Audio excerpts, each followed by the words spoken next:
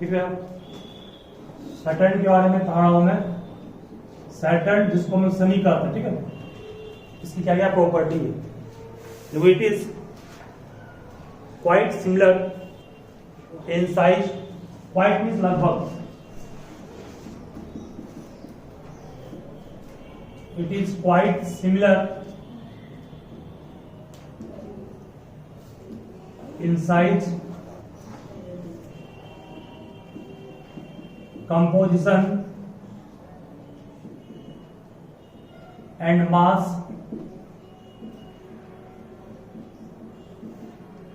of Jupiter. It is quite similar, it is quite similar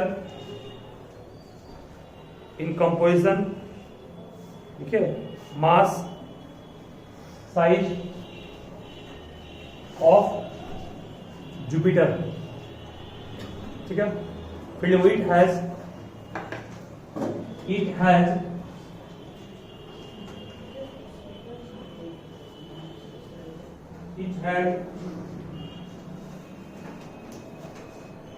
62 moons. It has 62 moons and the beautiful appearance, मतलब होता है दिखना, appearance of rings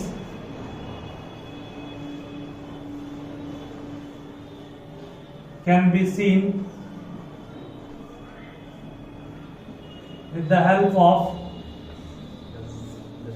telescope. समझते हो telescope क्या होता है? टेलीस्कोप एक डिवाइस है जो दूर की वस्तु को देखने के यूज करते हैं। माइक्रोस्कोप से हम लोग नजदीक की वस्तु देखते हैं, जब टेलीस्कोप से दूर की वस्तु को देखा जाता है, ठीक है। जिसको पूछे आपसे टेलीस्कोप से क्या कर सकते हो, बोलना है टेलीस्कोप की हेल्प से हम लोग दूर की वस्तु को ऑब्जर्व कर सकते हैं, ठीक है ना। क्या बोलोगे? टेलीस्कोप की हेल्प से हम लोग दूर की वस्तु को ऑब्जर्व कर सकते हैं, दूर की वस्तु को देख सकते हैं, ठीक है। मींस टेलीस्कोप की हेल्प से हम लोग दूर की वस्तु को ऑब्जर्व करते हैं, माइक्रोस्कोप से छोटी वस्तु को देखते हैं, ठीक है। ये पूरी प्रॉपर्टी किसके बारे में थी? सैटर्न, इसका शुद्ध हिंदी नाम क्या है? शनि। शनि है, सूर्य नहीं, शनि। हो गया? क्या रहूं? संडे किस बनता है? हो गया नहीं? चलिए इसके बाद देखो क्या आगे। सैटर्न के बाद Uranus.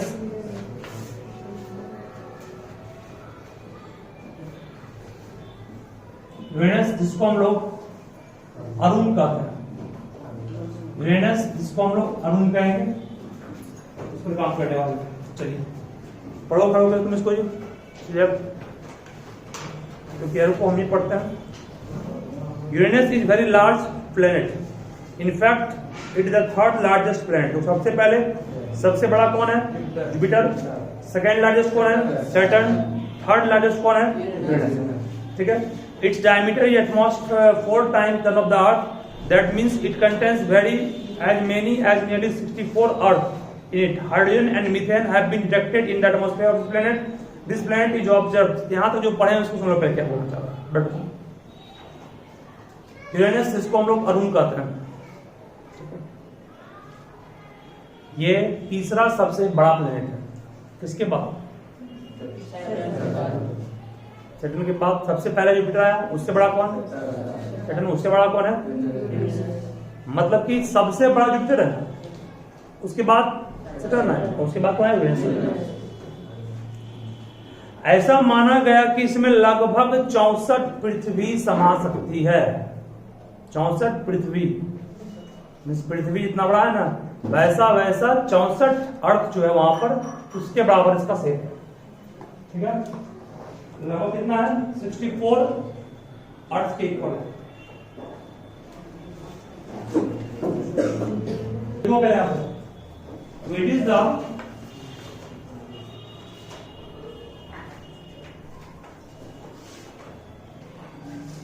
Is the very large planet.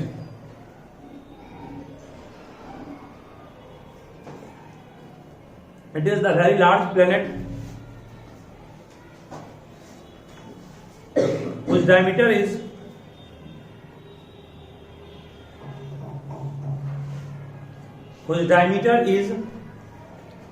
four times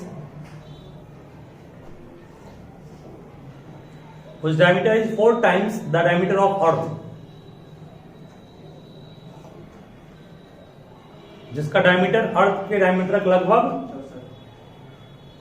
लगभग 4 गुना है, ठीक है। चलिए, और इसके एटमॉस्फेयर में जानते हो पाया गया हाइड्रोजन और मीथेन गैस, ठीक है। नेक्स्ट पॉइंट बना लो, इसमें पॉइंट ना करके देखो, hydrogen and methane gas, hydrogen and methane gas,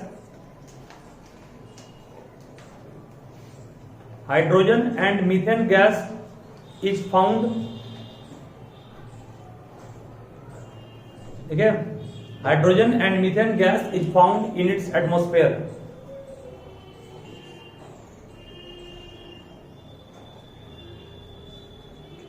means इनके एटमॉस्फेयर में कौन से गैस पाए गए? हाइड्रोजन और मीथेन गैस। हो गया ना?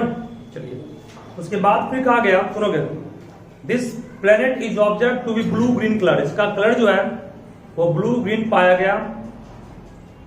खड़ा हो तुम अर्थ को देखा गया स्पेस से, तो उसका कलर ब्लू दिखाई पड़ा। क्यों?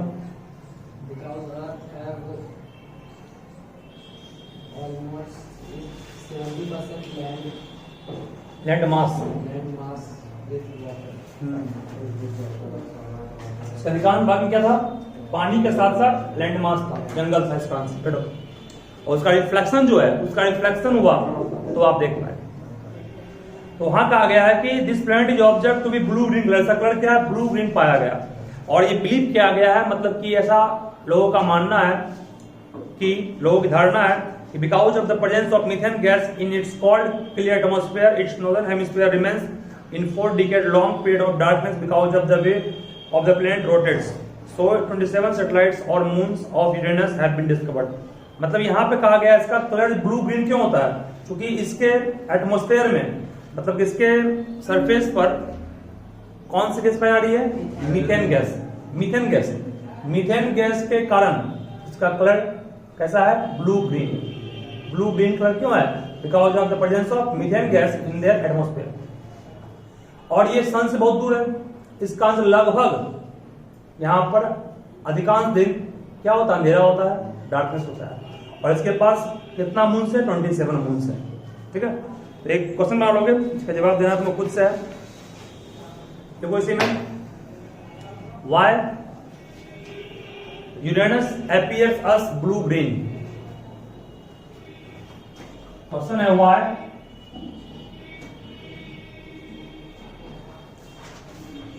Uranus appears as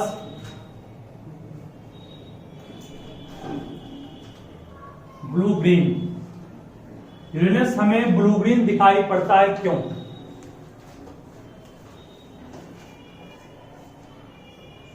ठीक है। इसके पास मून्स कितने होते हैं? 27, ठीक है। चलो आगे, नेपच्यून। इसका आंसर तो कर लोगे ना? क्या आंसर होगा? Because of presence of methane gas in their atmosphere. तो नेक्स्ट नेपच्यून। नेपच्यून को हिंदी में कहते हैं वरुण। चलिए, मैं ही पढ़ता हूं कि आप लोग पढ़िएगा। पढ़िए, आर्जन जी खड़े हो गए, आप पढ़िएगा। नेपच्यून पढ़ेंगे। Neptune is a very far away from the sun and is visible only through the Earth. मतलब ये सन से काफी दूर, सबसे अंतिम का प्लेनेट है ये, दूर काफी होगा ही। और इसको हम लोग देख सकते हैं सिर्फ किसके हेल्प से? टेलीस्कोप के हेल्प से। टेलीस्कोप क्या होता है? दूर की वस्तु को देखने के लिए जो स्कोप, जो डिवाइस यूज करते हैं, it is called telescope. Telescope में 2 वर्ड, टेली मींस दूर होता है, फार, स्कोप मीन्स देखना, दूर की वस्तु को देखना, इट इज कॉल्ड टेलीस्कोप। पढ़ो आगे। It has been named after the Roman sea bull Neptune. Neptune has a 14 satellite removal नहीं बाबू, revolving. revolving around. Revolving means क्या होता है? घूमना। पढ़ो आगे। We do not have much detailed information about this planet. This is mainly because of बैठो। इस प्लेनेट के बारे में हम लोग को बहुत ज्यादा जानकारी नहीं है, क्योंकि ये प्लेनेट बहुत दूर दर्शन से है, तो वहां तक कोई जा नहीं पाया, इस कारण इसके बारे में उतना जानकारी नहीं। ठीक है, मतलब कि जानकारी के अभाव उनको इस प्लेनेट का क्यों है, क्योंकि ये काफी दूर है। फिर भी सबसे आखिरी प्लेनेट ये है, और इसके पास कितना सैटेलाइट है? मात्र 14 सैटेलाइट ऐसा कहा गया। तो आप जितना भी सैटेलाइट लिखा हुआ है वहां पर स्टार दिया है। स्टार का मतलब क्या होता है? ये फिक्स नहीं कि 14 है, अभी तक मिला है 14, इससे अधिक हो सकता है, इससे अधिक भी हो सकता है।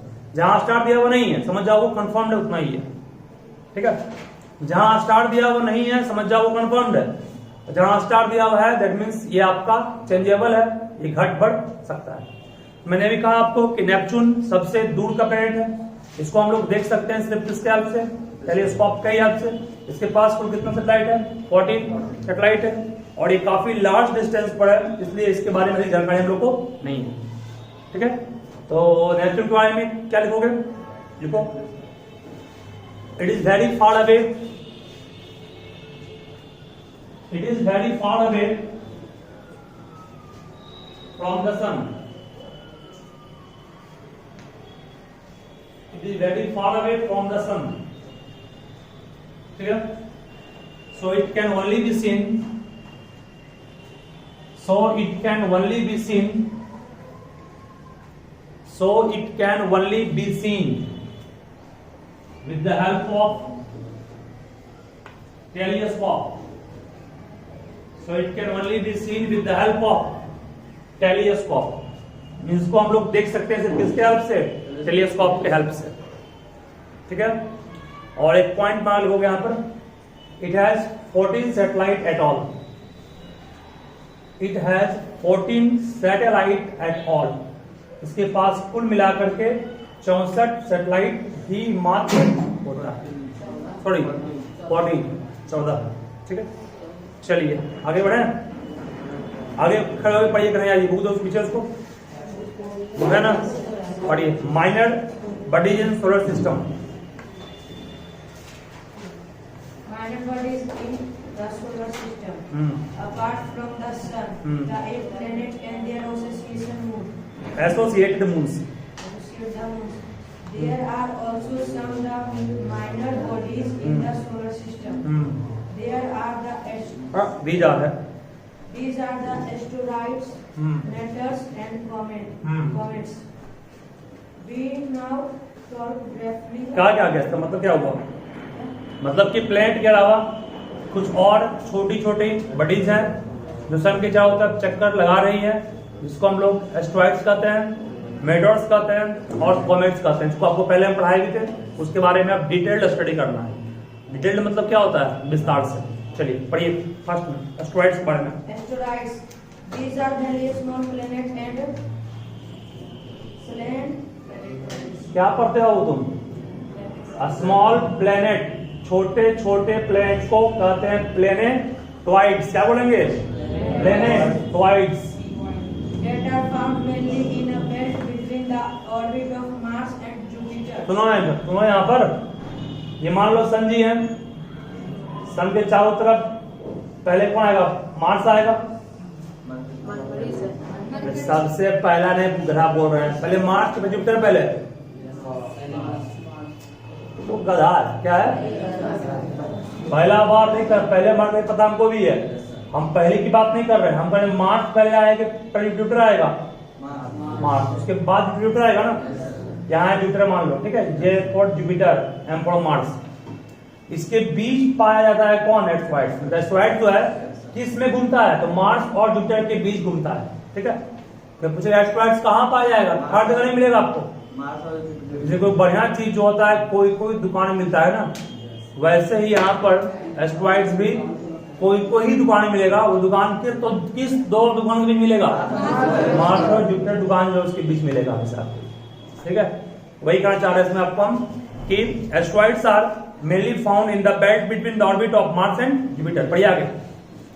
Each asteroid has its own orbit. जितना भी एस्ट्रॉइड्स है, मतलब मान लो कि 1 2 3 4 5 सबका अपना अपना ऑर्बिट है। ठीक है, मान लो कि यहाँ पे एक एस्ट्रॉइड घूम रहा है, एक और ये घूम रहा मान लो, है ना, एक और ये घूम रहा है। हर एस्ट्रॉइड्स का अपना अपना क्या ऑर्बिट भी है। ठीक है, हर एस्ट्रॉइड्स का अपना अपना ऑर्बिट भी है। तो आगे Taken together, the orbits of all them and spread over a large distance, forming a bands. Astronomers has discovered more than 500 asteroids. चलिए बैठ जाइए। Larger than ऐसा कहा गया है कि एस्ट्रोनोमर मतलब क्या होता है? खगोल शास्त्रीय, उसे कहते हैं एस्ट्रोनोमर। एस्ट्रोनोमर जो है उसने 500 एस्ट्रॉइड्स को अभी तक खोजा है।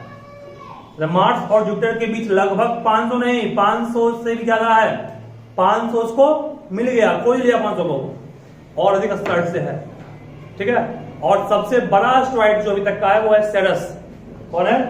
सेरस, CERES। ये सबसे बड़ा एस्ट्रॉइड है जो मार्स और जुपिटर के बीच पाया जा रहा है। चलिए सबसे पहले क्या आप एस्ट्रॉइड्स के बारे में देखो। They are very small planet. They are very a small planet called. They are very small planet called. Planets कर दोगे called planetoids है ना, PLANETOIDS planetoids।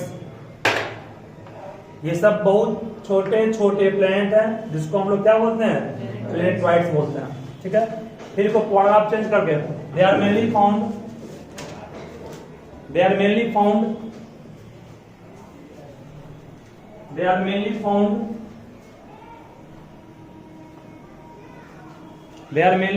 in the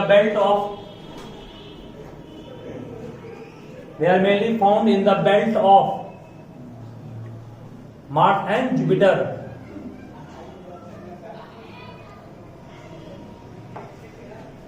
They are mainly found in the belt of Mars and Jupiter. In the belt नहीं लिखो, they are mainly found in between लिखोगे। In between, in the belt काट करके in between कर दोगे। In between Mars and Jupiter orbit कर दोगे। In between Mars and Jupiter orbit, Mars और जुपिटर ऑर्बिट के बीच में पाया जाता है। ठीक है, फिर लिखो एक पॉइंट ना करके। सेरस, CERES is the largest asteroid. सबसे बड़ा एस्ट्रॉइड कौन है? सेरस। लिख रहे हो क्या कर रहे हो? लिख देना इसको तो। सेरस इज द लार्जेस्ट एस्ट्रॉइड।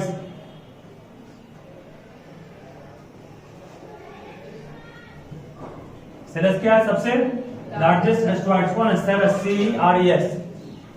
चलिए उसके बाद देखो नेक्स्ट कॉमेट। नेक्स्ट टॉपिक से बनाओगे comets.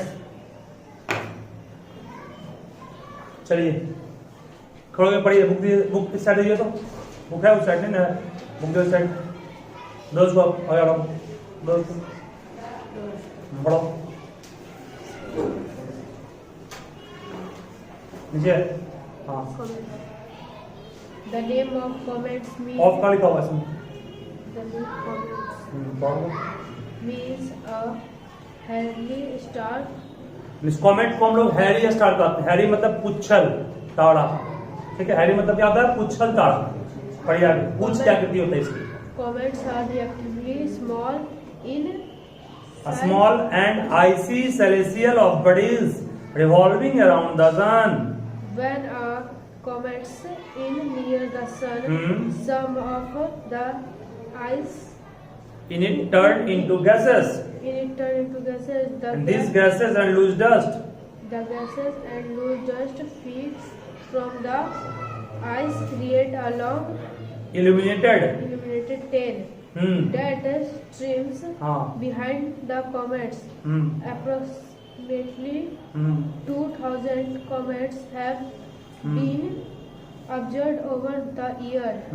Comets are visible only when they are near the sun. चलिए आप बैठ जाइए, बहुत पढ़ लिया।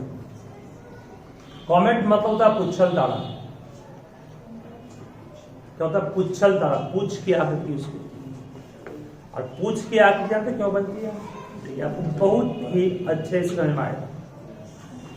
कॉमेट जो है वो आईसी मीन्स बर्फीला, सेलेस्टियल बॉडी होता है, मतलब इसका सरफेस जो है आईसी मीन्स बर्फीला होता है।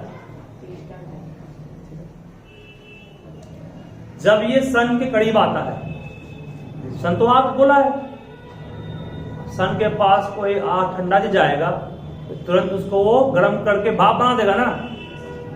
तो आईसी सेलेस्टियल बॉडी सन के जब करीब पहुंचा, करीब में सन के एकदम पास गया भी नहीं, सन के बस थोड़ा दूर ही अभी बहुत दूर है, फिर भी उसके हीट से वो आइस पिघल करके क्या बन गया, भेपर बन गया, भाप गैस बन गया। ठीक है, जो गैस हमको दिखाई पड़ता है, कई बार तारा टूटता हुआ दिखाई पड़ता है नहीं, मतलब कि देखो धुआं टाइप बन जाता है एटमॉस्फेयर में, ठीक है, जो धुआं टाइप बन जाता है तो आपको लगता है कि रॉकेट गया है, मतलब रॉकेट गया है, ठीक है, आपको लगता है सेम वैसा ही धुआं बनता है कब, जब कॉमेट्स गुजरता है तो किसके करीब से, सन के करीब से, क्योंकि वहां पर सन के करीब जैसे ही पहुंचा वो, वैसे उसका आईसी सरफेस मेल्ट करके वेपर बन गया, वही वेपर डस्ट के रूप में, डस्ट में धूल हो गया, ठीक है, वो धूल के रूप में आपको गैस के रूप में दिखाई पड़ता है, ठीक है, ठीक है ना। ये आपका किस कारण हुआ, तो सन के कारण हुआ, और लगभग कहा गया है कि 2000 कॉमेट्स प्रति वर्ष पाया गया, प्रति वर्ष लगभग 2000 कॉमेट्स को ऑब्जर्व किया गया, जो सन के करीब आया और गैस बन करके खत्म हो गया, खत्म, डस्ट में विलुप्त हो गया, खत्म हो गया, ठीक है। लेकिन कहा गया कुछ ऐसे कॉमेट्स हैं जो पीरियोडिक है, पीरियोडिक मतलब टाइम टू टाइम आ रहे हैं, जैसे कि आपका कहा गया है कि सबसे फेमस जो बेस्ट है पीरियोडिक कॉमेट, उसे कहते हैं हैली कॉमेट। क्या नाम उसका है, हैली कॉमेट। हैली कॉमेट सबसे बेस्ट पीरियोडिक कॉमेट है। कौन कॉमेट है, पीरियोडिक कॉमेट। कहोगे पीरियोडिक कॉमेट क्या होता है, पीरियोडिक कॉमेट उस कॉमेट को कहेंगे जो इक्वल इंटरवल ऑफ टाइम के बाद बार बार सन के पास आए, ठीक है। 1986 में पहली बार 1986 में हैली कॉमेट को पाया गया। अब पाया गया कि 2062 में तो हम लोग जीवित रहेंगे ही, 2062 में भी हैली कॉमेट सन के पास आएगा। अभी से 40 साल बाद, 40 साल जीवन नहीं रहता, ठीक है, 40 साल बाद ये आपको प्लैनेट फिर से दिखाई पड़ेगा अभी से, लेकिन 86 जोड़ लो कितना होगा, 76 साल बाद, नहीं हर 76 साल बाद आपको ये प्लैनेट दिखाई पड़ता है। शांत रहो बाबू, हर 76 साल बाद, ईयर्स को शॉर्ट में YRS करते हैं, ठीक है, YRS, ऐसे नहीं कि YEARS, वो भी सही है, लेकिन शॉर्ट में YRS निकलता है। तो लगभग 76 साल बाद, हर 76 साल बाद आपको दिखाई पड़ता है कौन, हैली कॉमेट्स, जो कहा गया पीरियोडिक कॉमेट। पीरियोडिक मतलब जो इक्वल पीरियड ऑफ टाइम के बाद रिपीट करे, बार बार आए, that is called periodic comet. चलिए तो सवाल नंबर 1 लिखिएगा आप लोग, what is periodic comet, what is periodic comet.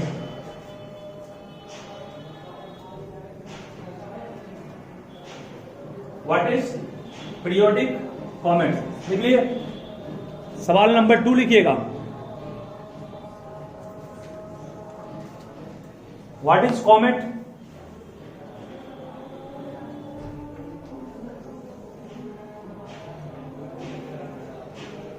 What is comet and when does it is visible, and when does it is visible, मतलब इस कॉमेट को हम लोग कब देख पाएंगे, जब सन के करीब आएगा तो क्या, and when does it is visible। और एक पॉइंट नोट कर लोगे, Halley comet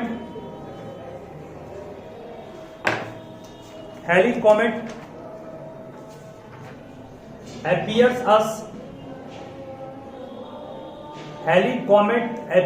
us after every